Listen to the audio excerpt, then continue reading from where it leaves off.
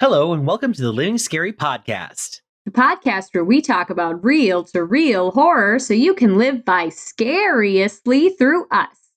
I'm a boneheaded twizzle, Logan, and I like to watch and talk about horror movies.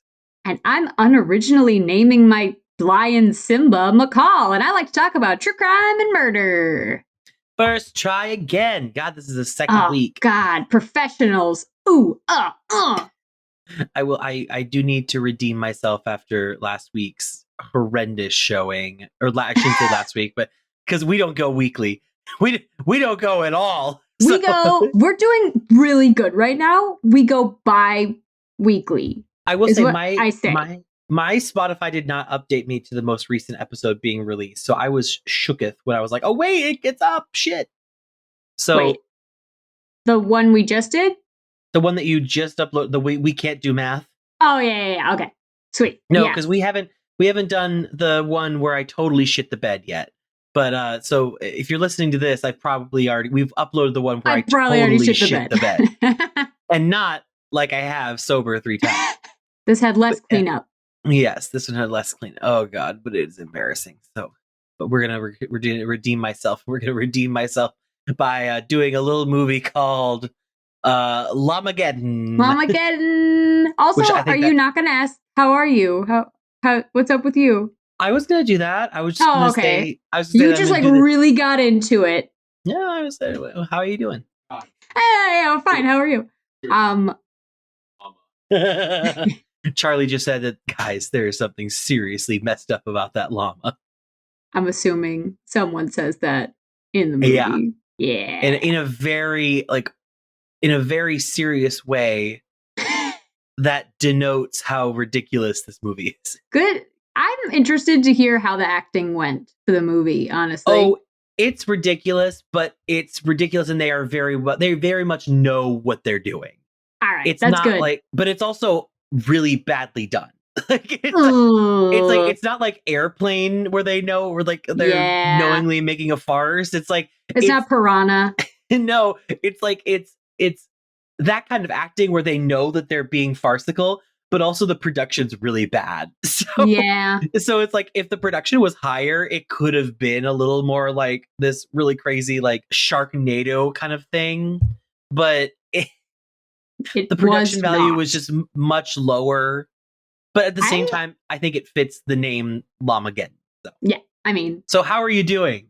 Since you want me to ask, Jesus Christ. I got into a car accident and wait, what? No. No, your car is all dinged up and Brendan's so mad now. But yeah, he just like you're like in traction in the hospital. And he's like, what happened to the car? What happened to the car? I know you can't drive. No, when I call it a car accident, it sounds bad. I got into a fender bender. Is that what you call it when you get rear-ended? Did you hit someone? Someone hit you. Okay. Someone rear-ended me. And it was like really icy and I got rear-ended. And I just I've never been in a car accident before. Yes, you have. I'm the driver. Oh, where you're the driver. I was like, you fully were in the car when mom got rear-ended when you guys were on the way to dance or something. Yes. And that was, I didn't have to deal with talking to someone and exchanging the insurance and all of that jazz. Yeah, so it's always been just this deep fear that sits in my chest whenever I'm driving and I drive by two people who are exchanging insurances. And I'm always like, oh, I don't want that to ever happen to me. And it did. And it was actually totally fine. The guy was really nice. There was a baby in his car. The baby's fine. He wasn't a jerk. So was he just not paying attention or what? It was just really icy. Icy. Oh, really? He went to stop and then he just bumped me. And then we just pulled over and he was like, my bad. And I'm like, oh, thank you. I pictured Did you even have any marks on your car? Yeah, I have it's bumped in. Oh. His car actually looked fine. I took pictures of everything. You have a little bump in your car. Just take some duct tape around it and then pull it out. I don't think I should do that. So Brendan, take some duct tape. Uh-huh. Yeah, I don't know. I will take it into the whatever. I'll deal with it like an adult, but like I've only had a couple. I was so afraid of the social interaction that the fact that he was nice and like very normal to me was so refreshing that when I was leaving, he was like, "Oh, bye." And I was like, "Thank you." And then I was like, "Oh, you don't say thank you to the man that just hit you with a car, dumbass." And is about to have his insurance skyrocket. Yeah. And he was like, okay, bye. And I was like, good job, McCall. Another social interaction? Check. I've only had a couple. Like I did have one guy. I was going down Lindale when I lived in the cities, and he was starting to turn. He was like trying to merge, but I don't know. He just must not have been paying attention. And my car was right there, and I was like, dude, and he totally clipped me a little bit. Oh. But then he immediately was like, go like, and we both went into like a gas station nearby, and he was like, oh my God, I'm so sorry. I wasn't paying attention. I didn't see you there. And I looked at my car. I didn't even have anything there. And my little like 2015 or 2013 Kia Soul is like, she's already like 7 years old at that point. And I'm just like, whatever. And I was like, because I didn't want to even deal with that shit. So I was like, it's fine. Go, dude. I like, don't even want to. I'm not going to make either of our insurances go up because we got in this fender bender. Wow. Because I guarantee, because I'm a man. So if I reported something that happened to my car, I guarantee you my insurance would have shot up too. That is true. And you're probably what? In your 20s? 20 something? Yeah, 20 something. That's usually when they're like, got him. Yeah, exactly. They'd be like, got him. And that's what he gets for being young. Exactly. For young and having a penis. And then I would have gotten got. You're just more dangerous than the rest of us. I don't know what to tell you. And then a similar situation with that guy that lost control. I was going home and I was going down 185th and I was going to take the stoplight and I was turning to get into our neighborhood. So icy, the car wasn't turning and I ran into the traffic light. But it was 3 a.m. and no one was on the road. And I said, back up. And I just went home. And no one knows about it. I'm not going to talk about it later on a podcast. We're good. Well, and then there was like a bump in my car, and I just looked up a way to pop it out, and I did exactly what I told you. And I just popped it out, and it was like good as new. What the fuck? Wow. Yep. Well, I am out of it today. I don't know what's going on. You're acting like you're the one that just woke up from a nap. I know. You should be way more like confused than I. Nah, I love taking naps so much. I do too, but then I never want to wake, and that's not good. Well, I knew I had to do something, so it made me be like, let's go. Whoa.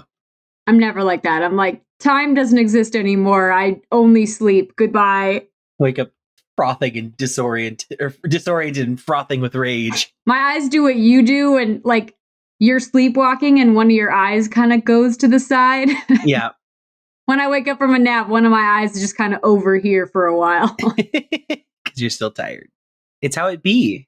It's how it be sometimes. Ugh. All right. Are you ready for this? Yes. So like I said, I'm talking about Llamageddon, which has a whole rap about how it's a Llamageddon. No, seriously? Yeah, it seriously has like the end credits are like a rap about how it's a Llamageddon. I think it's to the tune of The Real Slim Shady, but I can't confirm because I don't know that song that well. Because I do not know that song. But that's what it sounds like to me. I want to look it up now. But here's what I'll say. So it's from 2015. It's an hour and 9 minutes. Ask me how many minutes that is. How many minutes is that? That's 69 minutes. Nice. Yo! But so it's so short. It's so short, and it's on Amazon. It's free to watch on Amazon Prime. And I think I think Charlie described it in the best possible way. It's 69 minutes of your life that you will never get back, but in the best way possible. But it's worth it. It's funny. Kinda.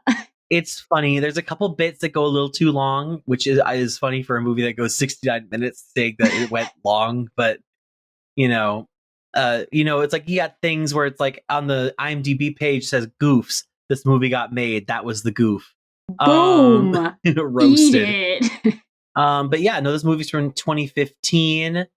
It was directed by someone, I'm sure, but like it literally is like I'm like looking, I'm like, where's the fucking director? There it is. Howie Dewin. Howie Dewin. And then James Earl Cox, nice, the third. Nice. And Howie Dewin wrote the movie. In parentheses, nice. Nice. The cast, or the top cast is at the top, of course, is the legendary, the wonderful Louis the Llama, who's just a llama. He's just a llama. I love it. We got literally a cast of, and I say this with the most love possible, a cast of nobodies. Literally, all of their profiles on IMDb have no pictures. So we got like Danny Mbassa, we got Pinky Brainweiss, we got Ellen Burnside. Why did you just call yourself Ellen if you're gonna be Ellen? Like it's L. Lean Burnside. Why not just Ellen? E.B. Buxner, James Earl Cox, nice, the third. Nice. So he's the writer, and then he also is the star. So it's like, I always think it's funny when that happens. It's like, really? Either they couldn't find anyone who wanted it, or he was like, only I can give this role. Only I can do this. I wrote it with me in mind. All right, so this movie, just jumping right in, it begins with this little like bomb-ass kind of hand-drawn opening sequence, where I can only assume is where most of the budget went. It's like a Neon Genesis Evangelion, where they spend all the budget on the mechs, and then they get to the end and they're like, shit, what the fuck do we do? Shit, we have to end this fucking anime. How do we do this? Well, our director's having a literal psychotic break. What do we do? We'll just keep it on that one frame and just do like 10 minutes of cicadas. I don't know, man. I don't know. That's all we got. It's like, and then in the 10 minutes of cicadas, we'll think about what we're gonna fucking do. Next. We'll do an overarching thing. So it begins with this hand-drawn sequence with these like llamas in outer space, and they're making spaceships out of those like things that they hollow out horses and shit in, which is pretty funny. Like those trailers, like those trailers that they haul around like horses and other livestock in. I picture spaceships, a horse-drawn carriage with like a little horse like sitting in it. Like, I don't have to do it. No, I mean like when they drive like horses around into like horse shows and shit. And you can see their little eyes through the holes when you're on the freeway. Yeah, they're like little red fucking eyes. What kind of fucking horse are you looking at? Oh no, I mean, these llamas. The llamas have like red eyes. I swear to God, red eyes. What horses are you looking at? I thought you saw like the scariest horse in the world. Only the scariest horse. So the movie, like this llama crashes down on Earth, and it's got these glowing red eyes. He's got snow white hair and glowing green eyes. He was much more unique than the other guys. Anyway, so this llama gets like in this yard, and there's like this couple that's like out and about, and they're like farming. Like that's very farming community. And they're like, whoa. So it's like the beginning of like Superman when he crashes down and like he gets saved by the farmers, but it's a llama this time. Yeah, except except instead of like taking the llama in, they're like, what the fuck is up with that llama? His eyes are scary. It must be the neighbor's llama. And they're like, all right, you better call him about it. And then it cuts to that night. And she's like, did you ever call the farmer about that llama? And he's like, nope. Well, then this llama like sneaks ? Into their home and absolutely starches them. What? Like we don't see what happens, but there's just like blood spatter that just happens. This movie, the rest of the budget went into buckets of fake blood. Amazing. How is it killing people? Well, several ways actually. But in this particular scene, yes. Okay. But in this particular scene, we didn't get to see. But so then there's like this government kind of thing that's like around this trailer that has spaceship, and this guy like gets in this is like flies in from his helicopter. I forgot that's where another part of the budget came in. And I shit you not, this is all in one take of one camera take. This guy, the helicopter lands, he jumps out and goes, "Oh my God, we'll bag them up and get them back to base." and then runs back to the helicopter. We're paying for this by the hour. Go. Oh yeah, and then leaves. Like, I don't even want to look at it. Exactly. He doesn't stay to look at everything. He just goes whoop, and gone. Love and it. Then it cuts. And it cuts to the funeral for this old couple. Well, because I guess old? Because like we're in the car and there we have the main characters. It's Mel and Floyd. They're two kids, question mark, like 20s maybe. And their mom are all in this car after leaving because apparently the two people who died are their grandparents. And those people were like maybe in their 40s. Like, so I was like, really? You couldn't get anyone older? Like, or made them look older? Like, they just like, they were fully like 40 years old. They couldn't afford age makeup at this point. No, they spent it on the chopper, the blood, and the intro. But so basically we got Floyd and Mel who are going to be staying in their grandparents' house where they literally just got iced the day before in a freak accident. They keep like, it was a freak accident where they got mauled to death by something. I'd call that a murder. Yeah, I don't know. Like, they're not treating it like it was a murder. Like, I'm not staying in that house of an unsolved murder. Yeah, they're treating it like it was some kind of freak accident. We got Mel, we got the main guy is Floyd, and he's like kind of like a nerdy type, but like way over the top about it, but purposely. And he's like kind of into like cryptids and just being a nerd and junk. And then we've got Mel, who's supposed to be like the hot sister, who's like a dumb pretty girl, but she's not pretty enough to justify this attitude that she's got going on. Yikes. Like she's not ugly, but she's not like that hot. I want to look at her face. I gotta figure it out. Like I don't know.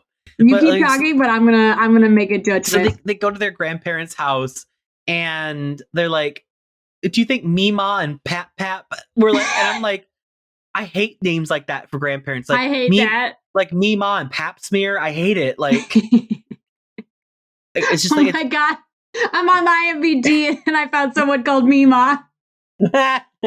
And Pep. Yeah, holy shit. It's like, I'm sorry. Like, you're in your 30s. It's grandma and grandpa. Just, don't call them that anymore. You lost the right. There's like a moment where they're in the house and the mom like calls out Floyd for wetting the bed and also Mel, I guess. And there's like some really like close up like fisheye shots of these people. I'm like, Jesus Christ, pull back a little bit. Bats in the cave, babe. And the mom leaves and the sister's like, all right, time to throw a party. And she starts calling everyone. And then the brother's kind of like walking around the property while kind of being stalked by this alien llama. And the sister has like this scene where she's like calling everybody. And it is funny. It is one of those things where she's like, hey, Bob. Hey, Stephanie. And then it starts to get more ridiculous. She's like, hola, ¿cómo está? Bienvenido a mi casa para un fiesta. Like that. It's very like that all of a sudden. At one point she goes, hey, Spock. But it goes on just a little too long. Just a smidgen too long to beat the joke. Just a little too much fun. There is one where it's like, hey, is this Mike? Where the fuck is my money? And I thought that was kind of funny too. But then, so then we kind of pop back to like the people who, like these scientists who are analyzing this trailer. And this guy who's like this scientist clearly does not know his lines at all. Like he's like talking. He's like, we could analyze this technology for our whole lives, but never. Oh my God! Never know the capabilities of it. Like it's like, whoa! They got oh my God! They got the boom guy on like screen. I was like, holy shit! You got your SAG card in the mail, babe. Screen Actors Guild right here. Oh. Holy shit! It's rough. But then they're like, we also found this, and they pick up an egg, but it's like furry. It literally looks like a giant Furby. Oh. But it's an egg, and they're like, what the fuck is this? And then it's like, they're like, whoa, what's this? And then it cuts to a card, like a SpongeBob, like 3 hours later, except it just says time lapse in like typewriter font. Holy shit. And it stays on the screen for like a solid minute. We're just like, okay. Well, then it cuts to this party. And like it kind of like gives you an idea of who's all this party. We got some people who are playing beer pong. We got some people who are like getting high and talking about the Evil Dead. And everyone is just not good actors. But we're also introduced to this character Dan, who's like kind of like a leader character. And his bit throughout this entire movie is every time he's in a new scene, his shirt changes, and he changes his shirt 23 times. Because like at first, Charlie and I were thinking like, did they just screw up the continuity? Because it's that kind of movie. I love like, that. But then by the fourth time, I was like, oh, it's a bit. I was like, it's a bit that he changes his shirt every fucking scene. And so it was kind of funny. I love that. And then we come to find out that Mel and Dan are trying to get Lloyd. And you know the name Lloyd is Lloyd because llama also. So you got Lloyd. And I was like, they're trying to get Lloyd laid. And I spelled it with 2 L's because I'm funny. Wait, and I thought his name was Floyd. Fuck, it is Floyd. Oh. It is Floyd. Fuck. Thank God. I was like, am I going insane? No, but I fully wrote Lloyd, but you're absolutely right. I wrote it is fully Floyd. But anyway. So they should have named him Lloyd. Oh, I thought it was so funny. Nope. Nope, it's dumb. That's it. So they're trying to get Lloyd laid. Floyd laid. And they call this one girl, I can't remember her name. I think it was Sarah. And they call her, they're like, she's a cherry picker because she likes virgins. And I was like, work. Awful. I have never heard the term cherry picker used to describe someone. I do not like. But it's specifically a girl who likes to sleep with virgins because she likes to like do the biz. But so I thought that was funny. And they have so Dan and the sister are kind of talking. At one point they have like this like dance moment where again, like that one bit, it just goes on a little too long. And I'm like, okay, I get it. We're dancing to like a saxophone solo because it's funny. But like, time is money, honey. We also have this, I told you there's this beer pong scene and it doesn't fucking matter. Like, it's all these people who are just arguing back and forth. I don't know. It just goes on a little too long. There's like a texting bit where like Mel is like, where's this girl? And she's like driving to the party and she gets waylaid by the llama. And she's like honking at it in the road. And it just like stares at her for a moment and then just laser eyes. It like blows up the car. It's pretty funny. So that's how I killed them. Yeah, well, it's one of the ways. There's a few different ways. Amazing. But, so then there's like kind of cuts forward the party, and one of the stoner dudes kind of goes outside and he sees the llama, and I think if I remember correctly, he's the one who's like, "There's something seriously messed up about that llama, man." And this llama like spits at him, and like I was anticipating it to be like acid or something like that. I exactly thought it was gonna be acid. But he's fine. He ends up going inside, but he sees the red eyes and it makes him freak out. Of course, everyone's like, dude, you're so high. Oh. But then one of the beer pong guys gets mad at his girlfriend, because she's been talking to his ex, and it doesn't matter because he goes outside and he's also getting high now. And he goes over to the llama and he's like, whoa, I've never seen a wildebeest before. I thought that was kind of funny. And then the llama bites off his fingers. And then, like, the girlfriend comes out and she's like, hey, babe, what's going on? And he's like, my fingers. And then, boosh. The llama, like, I don't know if he kicks him or punches him or something, but a hoof goes through his chest and kicks out his heart. Amazing. And the girlfriend, like, catches his heart in her hands. And it was so funny. Well, then all of a sudden the llama comes and, like, beats her up. But it's like, because he like knocks her down, and then it's like somebody has like hoof little like toys or something, like pool noodles that have like furry hooves on them, and it's like pretending to like punch her, and she's like ah.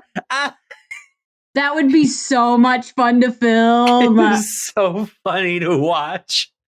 But then that we are introduced to a new character who's like Mel's boyfriend, whose name I can't recall in the context of the movie. So he's just going to be boyfriend. And at this point, nobody knows that the other two people have died. So they're all still in the party. And Mel and her boyfriend and the cherry picker, whose name I believe is Sarah, and Floyd go, and they both get laid by their respective partners.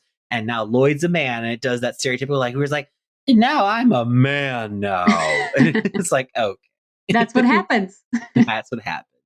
Well, then it turns out that Mel's boyfriend's a dick and has been like getting some action from a side piece. And she like gets mad at him and he's a dick. All the people at the party, or I guess a bunch of people at the party, decide to go into this hot tub because apparently there's a hot tub. And the llama on like a farm? Yeah, but the llama like throws in like their speaker and it electrocutes everyone and kills everyone. Amazing. And then like everyone's in the like tub like getting electrocuted and like dying. And then two other party girls like come in, they're like, hey, it looks like everyone's having fun. And they just get in the hot tub and because I guess they have a death wish. Amazing. And just die. And then the remaining guests gather at the front and try to call the police. And I think at this point there's like Mel's boyfriend and Mel, Cherry Picker and Floyd, and then there's like two other guests, and then Dan. And who the fuck's Dan? Dan is the guy whose shirt changes every scene. Oh, okay, all right, we like him. Yeah, we like him. And so all of a sudden there's llamas, or there's a llama. The llama is there, and two of the guests who are unnamed take off, and the llama laser beams them. Ew. And the laser goes through one of the girls' chests, and then she just explodes. And it's like they off, like, and everyone's like, ah, and they get covered in blood. But it's like off screen, they have like someone with just a hose that's squirting blood at them. Fun. And they're like very much in a way that no one would be if like they got blown up. It's very much like, oh my God.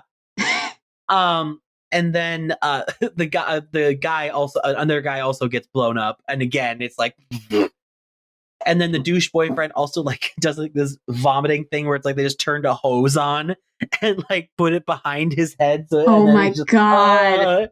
Like an Austin Powers scene. Yes.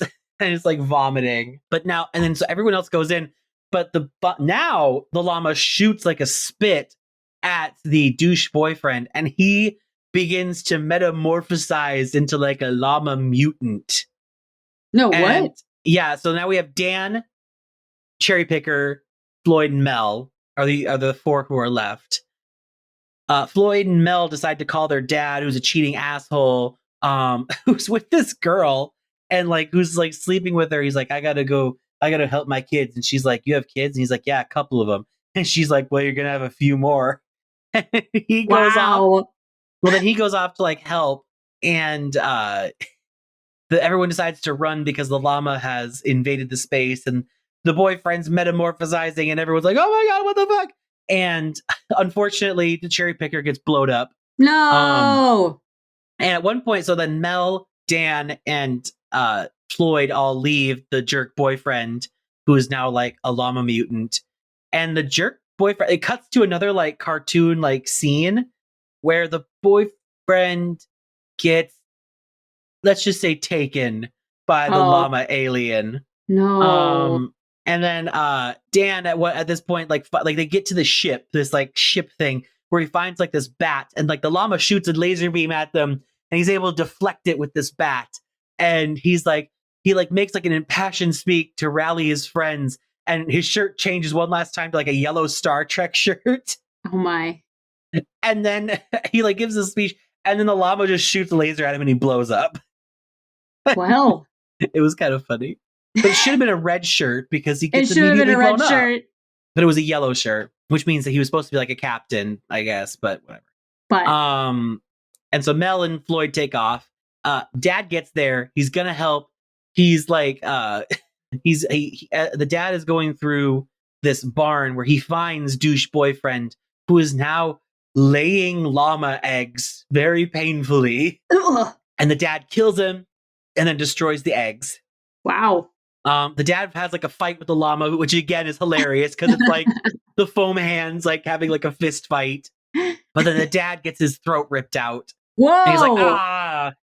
And then the brother and sister, when they're about to have the final confrontation, the sister's like, I have to tell you now, I always see you as my younger brother, and you're always a little boy to me, but I see now that you are a man. You're my man boy brother, and I am very happy that you're my boy brother man, my man boy brother. Like she keeps saying that. I thought that was pretty funny. And then the brother kind of goes, Mel, I always thought that you were a boneheaded twizzle. And now I see that you really are just a boneheaded twizzle. And she's like, thank you so much. Thank you.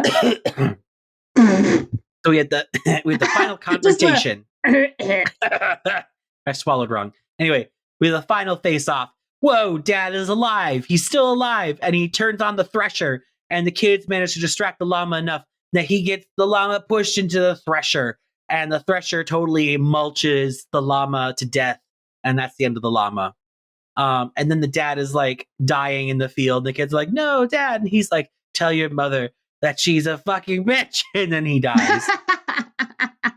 And then it ends with the kids kind of looking up into space, and then it plays the awesome rap song about how it's Lamageddon, and then the credits, during the credits, they play the whole movie again, but sped up. Oh my god! Yeah. But every time they say llama, it goes faster. Oh my god! I wish. Oh my god! I wish. But that's Lamageddon. I reiterate. It is 69 minutes of your life that you will never get back, but in the best way possible. It's on Amazon Prime. I do recommend it if you're in the mood for just something stupid. Like if you're in the mood for something just stupid and funny, I would say watch it. Give it a shot. I like it. I feel like that sounded really fun. You really got me with tell your mom that she's a bitch. Yeah, that she's a bitch, and then he dies. Yeah, that's good. Oh man! All right. And are you here? Are you ready now to bring down the mood? Time to ruin everybody's night. Woo! I have some peanut butter pretzels. I'm going to munch on them while I listen to you, so I might put myself on mute every once in a while. This time, I'm not going to yell at you about it and bring it to everyone's attention. Yeah. So, well, I already brought it to everyone's attention, so there we are. Fair. All right. So I got my info from a GQ article, a USA Today article, and All Documentary is like the name of the channel, and it was on YouTube, and it was about it, and then a Real Stories documentary video that was also on YouTube. And this is about the Zanesville Zoo. So my connection is animals, and I thought there would be more llamas. Like Lamageddon to me makes it sound like there's like many llamas attacking. So I thought like many animals attacking. I thought I was actually pretty close. I was really proud of myself. Unfortunately, it's just the one llama. It's just the one llama that's really freaky. So we start off our story. Terry Thompson grew up in Zanesville, Ohio on his parents' farm. And it sounded like he had a pretty baller childhood. He lived on a farm, which is cool if you like farms. And it was near the airport. So that means that he saw planes all the time and he just really liked flying. And then when he got older, he got his pilot's license before he was 16, which I didn't know you could do. Like, it feels like he shouldn't have been able to do that. But this was in like the 60s. So, they didn't really give a shit about a lot of stuff.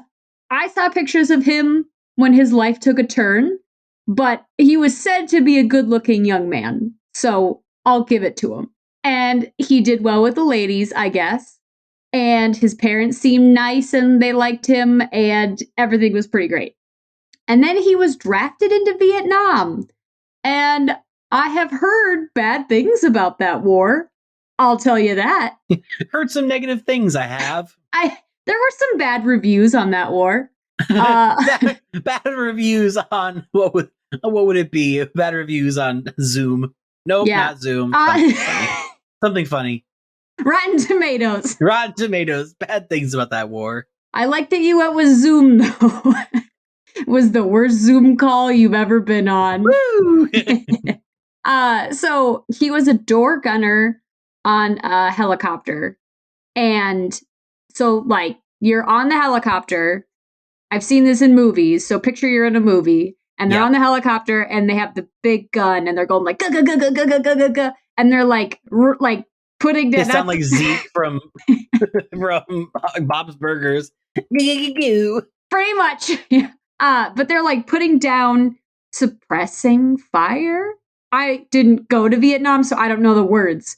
But they're like putting down enemy soldiers so that other soldiers can get on the helicopter, and they're under fire a lot because they're picking up cover fire. But they're picking up soldiers that are wounded or kind of dead and need to be like airlifted back. Yeah. And that's traumatic, I would say, of the jobs that you could have. That sounds bad. But in the actual GQ article, this is a direct quote. On the worst days, there were more people to be rescued than they possibly could. They could only get so many of them on the helicopter, says Kress. And they actually had to pry their fingers off the helicopter so they could get off the ground. So, traumatic. That sounds like the absolute worst thing in the entire world. Leaving behind people who need help. Who are begging for help and trying to hang on for their dear lives. So he came back pretty fucked up, which, yeah, I'll give it to him. I would be. He got married to Marion Sharp. She rode horses. She was a teacher. He gets back and he gets like a motorcycle dealership and also sells guns there, which I don't know. I don't know how you... He knows about them probably. Yeah, I mean, I guess they were good business, maybe. He also just really likes guns. Like, he's one of those guys. And then he also raises Dobermans. This is kind of a footnote. Like, they don't really go into it a lot. But, like, he's got a thing about animals already. Putting it out there. Good thing or bad thing? Bad. It's bad. No. So, 1977, he buys his wife a baby tiger named Simba. And that's when it starts. His exotic animal. You said at the beginning, you said it was a lion. I did. And I wrote tiger. And now I don't know if it was a tiger. It was, oh shit. It was I don't know. Who gives a shit? How about that? I don't know. It was a big cat and it was named. It was a big cat named Simba. And it started his weird itch to buy exotic animals. His Joe Exotic. His Tiger King. Much. Honestly, Tiger King got really big or whatever. This is 10 times more bonkers than Tiger King. So I don't understand how this wasn't a crazy, influential documentary. I mayhaps know about this, but I'm not 100% sure. This is a pretty famous one. I say because it was big.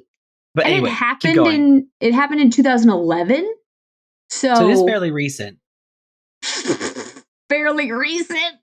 Within the last 10 years. 10 years. It's been a minute. More recent than fucking other things. Jeez. Go hop on a Zoom call and get mad about it. Fuck you. So he has baby lions and tigers and bears. Oh my, I'm sorry I had to do it. On his property all the time. Seize your moment. Brendan was reading me the article on the phone because I was like, yeah, I think I'm going to do this case. I don't remember the name. I just know he has animals and Brendan's like Googling it and he's naming the animals and he literally says lions and tigers and bears. And then he just like keeps talking. Like he doesn't say, oh my. I feel like you're contractually obligated at that point to say, oh my. I was like, I had to go back and be like, oh my. And he was really confused on why he was like, what are you talking about? What are you doing? I could see Brendan doing that. Like, why did you say that? But so like he's bringing them everywhere. He's bringing them to events.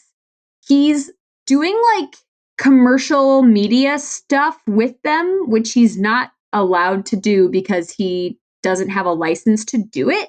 But like, does that stop these people ever?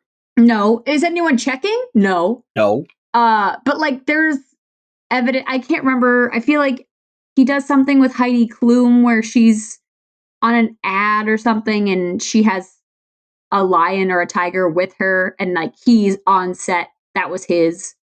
And since no one checked, like, it'd be crazy if, like, the tiger just, like, rips her face off or something, but that didn't happen. Thank God she didn't. She continued on to be the queen of Halloween. And I love that about her. Oh, I love her so much. Anyway. The pictures of her as a worm get me through the day sometimes. Get me together.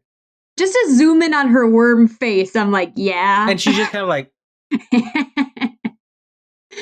and then in 2005, he's charged with animal cruelty because he has 3 cows and a buffalo on his property and they die of starvation. A water buffalo? I don't know. Maybe. Are there other... Yours is fast, but mine is slow? Where we get them, I don't know.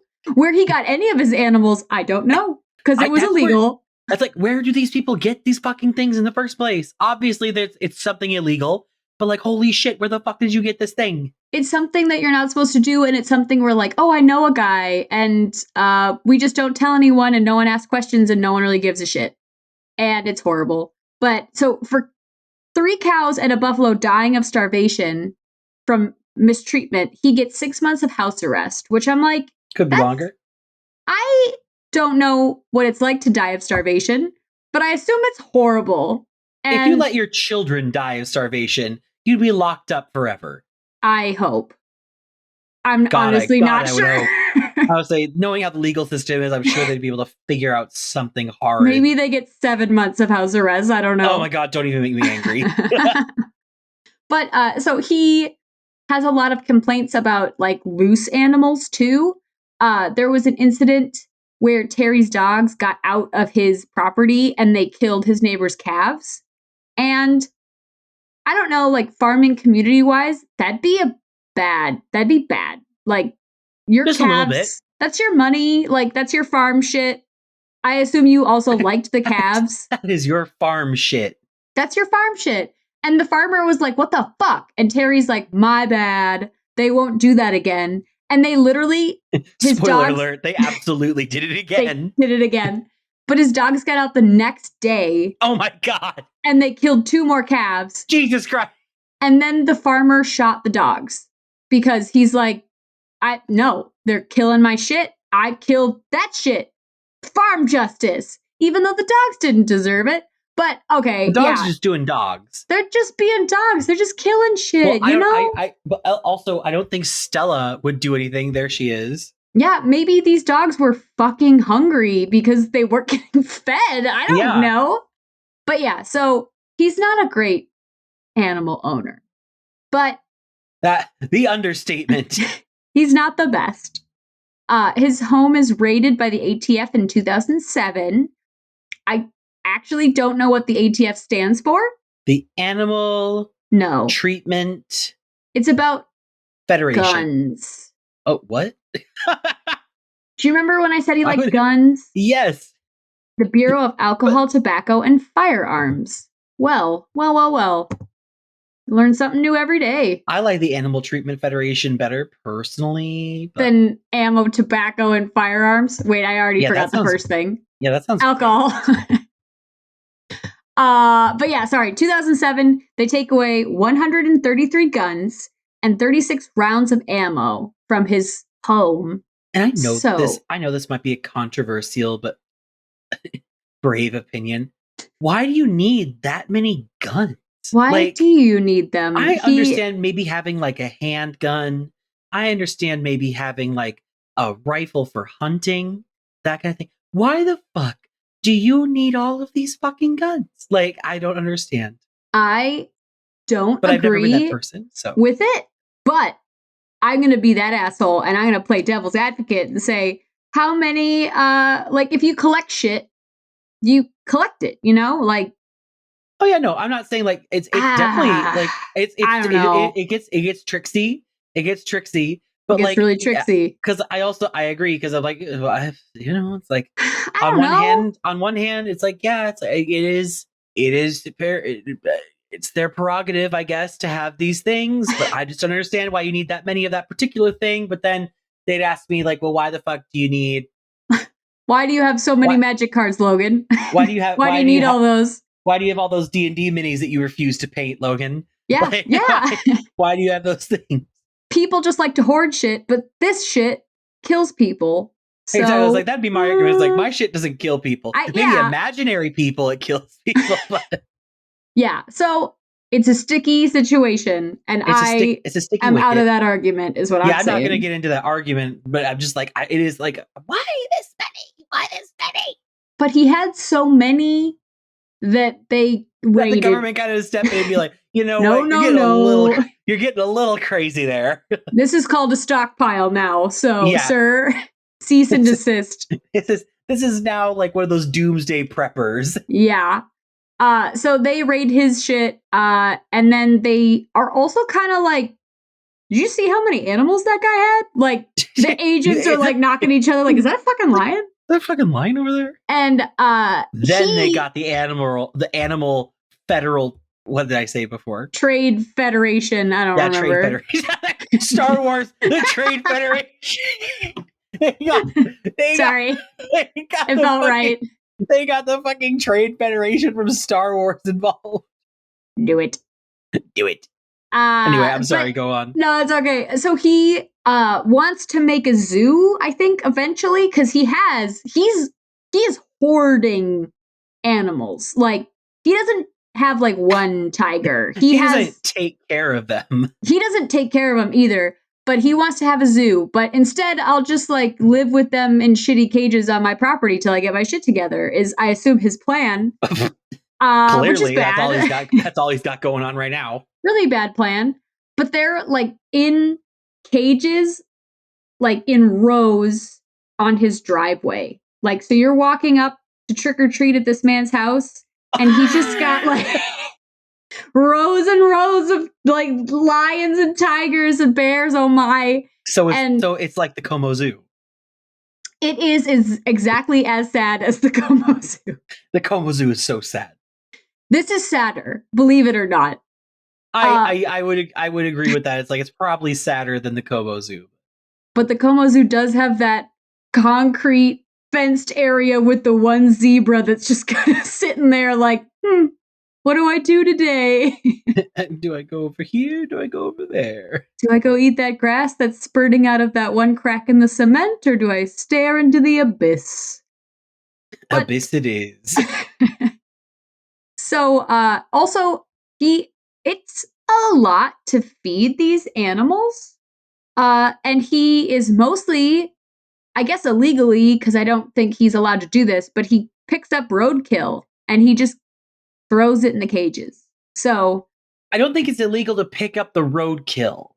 I think it's illegal to feed rotting food to animals. Yeah. I think that's the not good part. That's the ish. But yeah, so he's doing that. And then how did he get so many, you ask? At the time, there weren't any real restrictions. You could buy as many dangerous animals as you wanted, and you didn't have to tell anybody about it. The government didn't get involved. You didn't have to let your neighbors know, hey, guess what? I just bought a lion, and I know that you have a 2-year-old running around that backyard, so I'm just saying, watch your shit. Like, you didn't have to do any of that. The 2-year-old could just be like, Mama, look. Like, I brought home a boa constrictor, and now I have a 2-year-old shaped blob in my boa constrictor. Yeah, like, I don't know. You could just buy it, I guess. And then he gets put in jail in 2010 for a possession of machine guns, sniper rifles, and a gun that's missing its serial numbers, which is a no-no. You're not allowed to do that. An unregistered firearm is a big no-no. And I don't know if this is like a real thing, but there's like very vague talks in the documentaries and on the articles that his wife was cheating on him, maybe, and maybe ratted him out for the gun possession, and that's why he went to jail. Or like he thought that she ratted him out and he wasn't trusting of her. Like, I feel like people like that are a little crazy. I don't know if she was. She was kind of like cooling on it a little bit. She was not thrilled with the situation. She wasn't loving it, but also she was like an accessory to everything. Allegedly, she's still alive, so I don't want her to get mad at me and sue me. But I don't know if any of that's true. She's kind of like not really around for any of the incidents. So we don't really know where she stands. But the ensuing incident. He gets out of prison. He's 10 months. He was in prison. He is not in a good headspace. He gets home and his wife is not there. Like, deuces. So she wasn't home when he got back, and like she didn't really write him in jail, I guess. Apparently, one of the things it was like a friend talking about him talking to Terry after he got out. And I guess Terry tried to like call home a couple times and she just wouldn't answer. And then he just stopped calling, allegedly. But they also had a caretaker. Now that I've said that she wasn't on the property, they did have a caretaker for the animals who would feed them, named John Moore. So he was around. And John Moore's like, hey, Terry, how's it going? And Terry just like says some cryptic weird shit like, I'm going to fucking die or whatever. And John's like, what was that? And Terry's like, nothing. But October 18th, 2011, Sam Nope, I don't care. Sam Kopchak, lived next door to Terry. So that would be a really shitty neighbor to have. He goes out on his property in his little fields and his horse is there.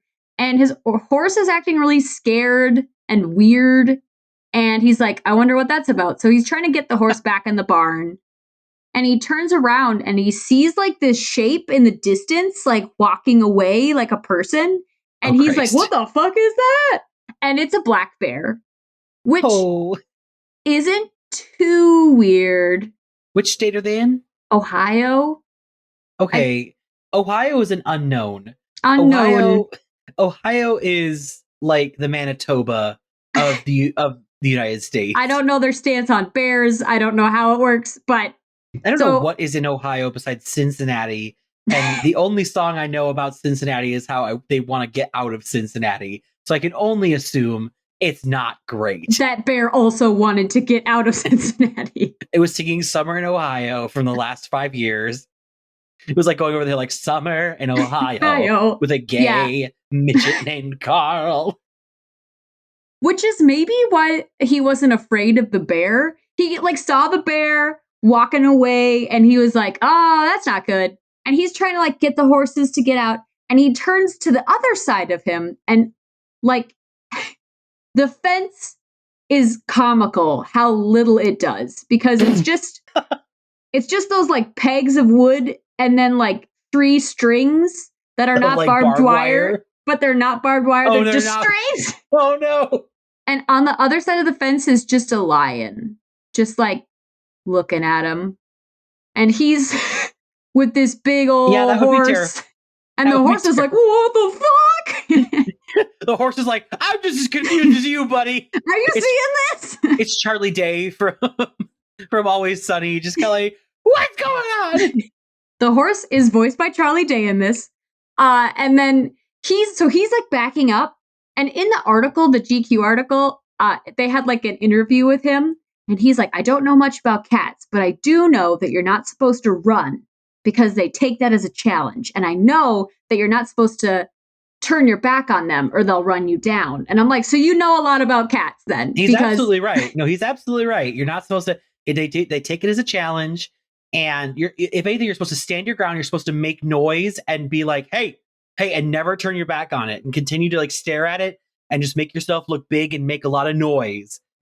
I've heard that about bears, but I've never heard. You're supposed to do with bears too. People don't say a lot. People in my area of Minnesota don't tell me how to get away from a lion. So I don't know. But he does what he's supposed to, where he like kind of watches it while he backs up. He does what he's supposed to, I guess. And he gets into the barn. He locks it up really tight. And then he's like, in my mind, watching through a crack in the barn. And the lion's just kind of chilling. He sees the lion chill and go by. He sees a wolf walk by. He sees a separate, bigger bear walk by. another lion, and then a lioness. And a tiger. And they're all working together. And they're kind of walking by the barn. Like, I think there's a bunch of meat in that barn. I'm getting a sense. And we have not had fresh meat in quite a long time. I have eaten a lot of rotting deer recently. And I'm just a little sick of it. I'd love a fresh horse. I would love a Michelin-style restaurant. Thank you. And so he calls his mom, who's in the house, and he's like, there's a fucking lion outside. And she's like, what?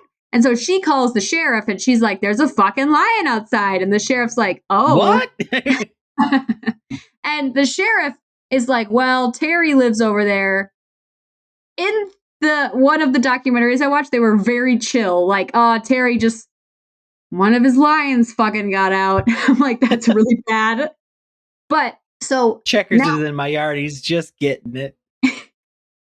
They get this initial call and they're like, oh, we should check on Terry. And then they get many, many calls that are like, I saw a lion. I saw a tiger. There's a bear running down the interstate. And they're like, oh, shit. So they're like, oh, no. No. And so they're looking for Terry. They're calling Terry. They can't find Terry. Terry's wife's not there. They're going through, they're like driving up to his property and they get into his house and it's a hoarder nest of just debris and gross and it's bad. And they're like, ooh, but they don't see him in there. And you're like, ooh. Ew. And they're like looking around like, holy shit. And then there's like, they see in a field far out, there's like a body laying on the ground. And then there's like a scattering of loose tigers kind of guarding it like they can't get to it. So they now are they also see bolt cutters and a gun laying next to this body. And then immediately with the body is a white tiger that is eating the body, like actively. And they're like, I think that might be Terry. And that's not good. So they're trying to get to Terry's body because they want to figure out what happened. But all these tigers are there and they are actively trying to kill these policemen who are just dudes. And so they do have to start shooting the animals, which is really sad. And it's one of those things where it's like, it's very sad. But in this scenario, I don't know if they have much of other choice. What are the police gonna do? Like what are they, like, I'm sorry, it's like the police can't handle unarmed people. Like, yeah, so the police are like, I guess we gotta shoot him because so there's like Terry's property, and if you remember, Terry's property has the hilariously small wire fence that is encasing it. So they're kind of like, we can't let them get out and just get into the town, which a bear has already gotten out and is like running along the freeway. And that's not good for nobody. So there's a few lionesses in their cages and the officers are trying to like close the cages like real quick, like, because they don't want the lioness to like scratch their face off. Just like go crazy. And so they're trying because they're like, this is like a non-lethal option is to get them back in the cages. And they realize that there has been holes cut out of each cage. Like every cage has this big wire cut hole in it. So even if the animals that are staying in their cages, even if they shut them, that animal can get out. So they're like, cool. So this was intentional. We have to kill them now. And they do reach out to an animal sanctuary and try to get a tranquilizer gun. And the person that is like, yeah, we have one. Fun fact, it is not a cartoon. So if you do shoot a tiger with a trank, it won't fall asleep for like 10 minutes. So you still have a fucking huge tiger just kind of walking at you. And now it's pissed. Now it's really mad and it sees you. So the police are like, great. So can't wait to do the job that we have to do. So they just start taking down animals. I don't want to be this person, but it's like, as a police officer, this is the gig. You got to shoot down a fucking tiger sometimes, I guess. I guess. That's why you took that oath. Like, hey, it's to serve and protect. Right now, you're serving and you're protecting, just not in the way that you expected. Against lions, I guess. But yeah, and it is kind of sad. Like in the documentary, they had one of the guys that was working that night and had to shoot them. And that guy, I'm sure he was very upset. It'd be a very upsetting scenario. Yeah, he's like, they were beautiful animals, and I did not want to do that, but they would kill people. They will kill you first. They will kill you. So I had to do it. But he was really like traumatized. Oh, it would be very upsetting. So then it's not the animal's fault, and you understand that, but a lot of people did not.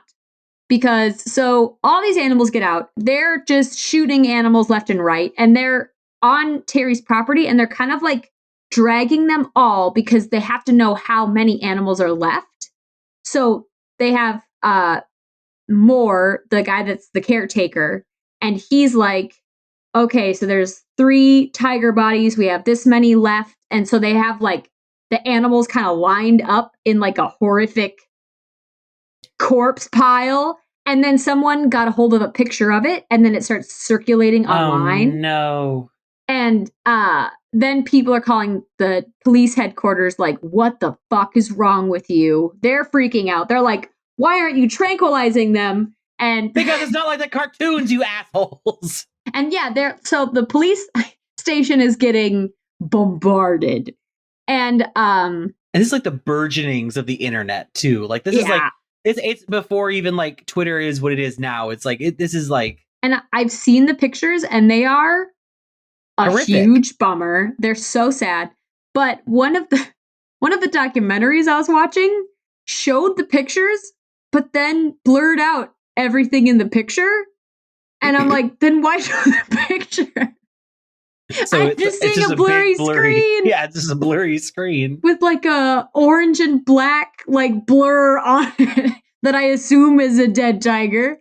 But yeah, so there is one tiger left, and the vet has the tranq gun, and she's like, I'm saving one of them, and she shoots it, and the tiger looks at it, it gets shot, it looks back at her, and then it just fucking like runs at her.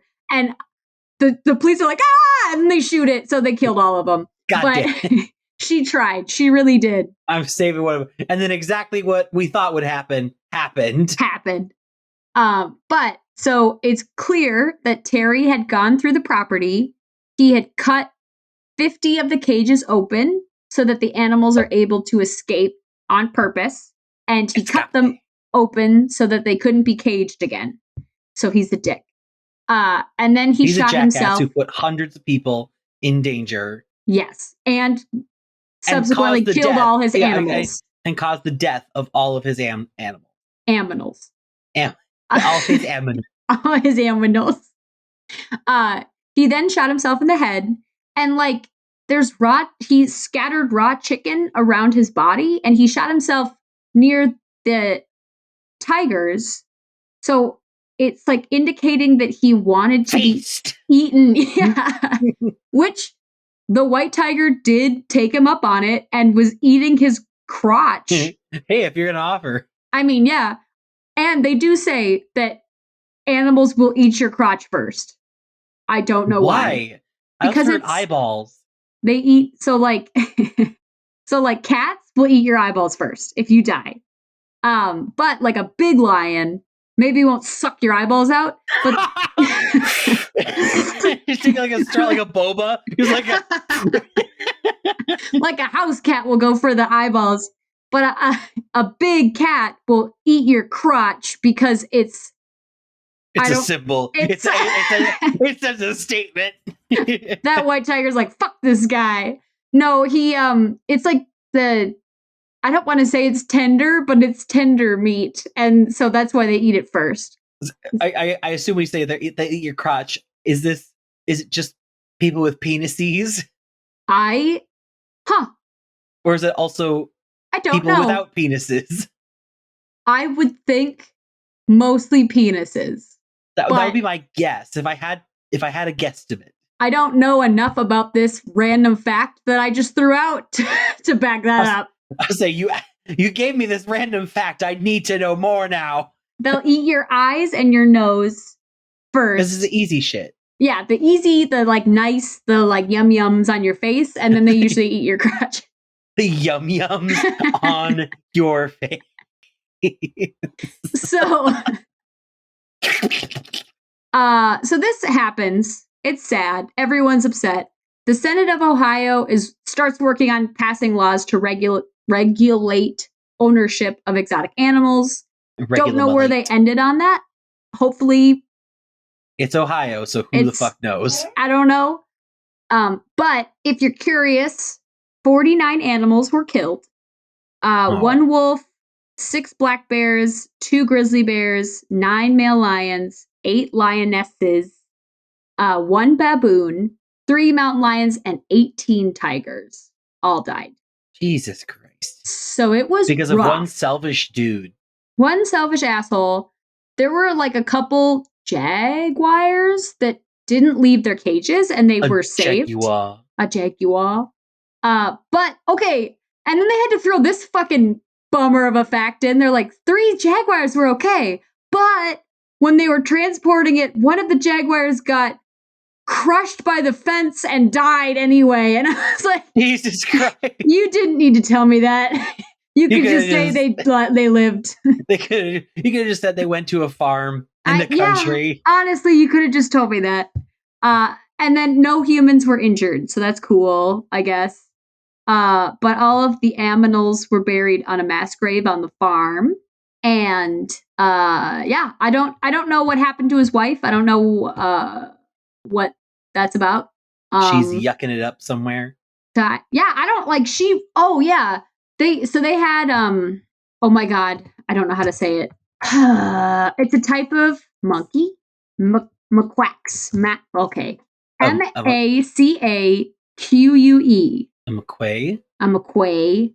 So I don't know. It's those monkeys that are at the zoo in that main area by the penguins, and they're really furry and they're kind of little and they have red faces. The penguin. And red butts. The penguins. The penguin. So a couple macaques. Nope, I didn't say that right. They got out. And macaques. They got out and she came back and like the people that had captured them, because they're not going to eat people like a lion is, but they were running out wild and stuff and they captured them. And she's like, let me take them home. And she was just going to like manhandle them, like just hold them and shit. And they were like, ma'am, you should really put them in a cage. They will thumb your eyes out. And she's like, these are my children. And she like held them and like she really cared about these macaques, I guess. And like, they seemed to really like her. So she really did love the animals, I guess. And I guess they survived, so that's cool. One animal was unaccounted for, and they think that the tigers just ate it. They couldn't find it, and they were like, I guess it died. I don't fucking know. What was it? It was one of the monkeys. Some kind of monkey. I think it was a macaque or one of the other types of monkeys, but like... Yeah, sounds like that got. I would assume it got ate. But yeah, that is the Zanesville Zoo. The Zane Zoo. The Zanes, the Zizzers. So yeah, that one was, it's not ever fun to talk about dead animals, but it's a crazy ride. Indeed, what a crazy ride. Thank you, McCall. You're welcome. Crazy ride. But we don't have a sibling story, right?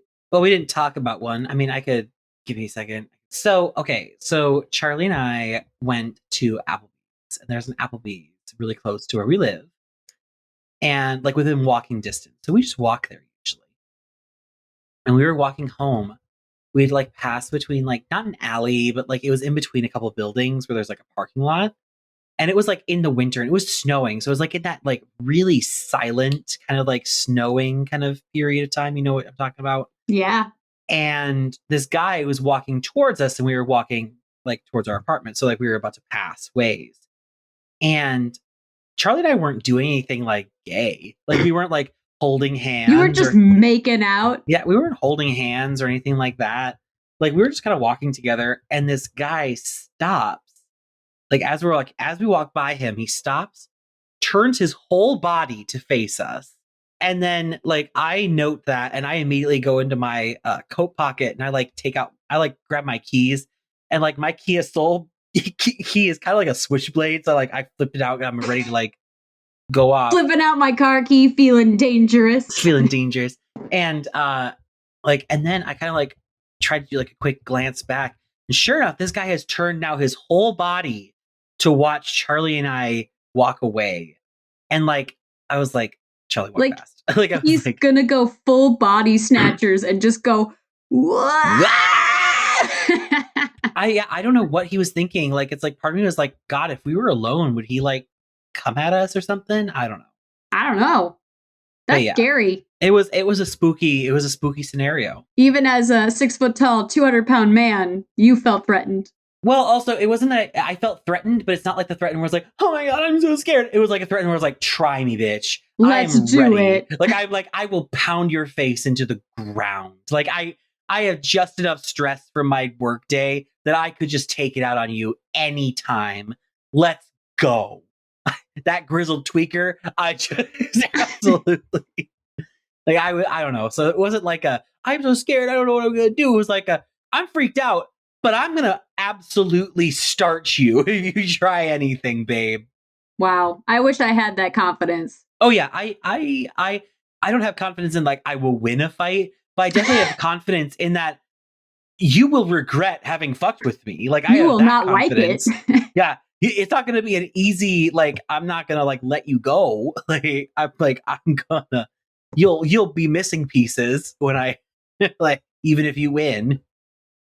And that's good, I'd say. I think you need to have that crazy mindset. I've already made the decision. I'm gonna flash my penis and just kind of go wah! And like, throw them off their rhythm. Taking the time to take out your penis before you do that. I'm a psycho.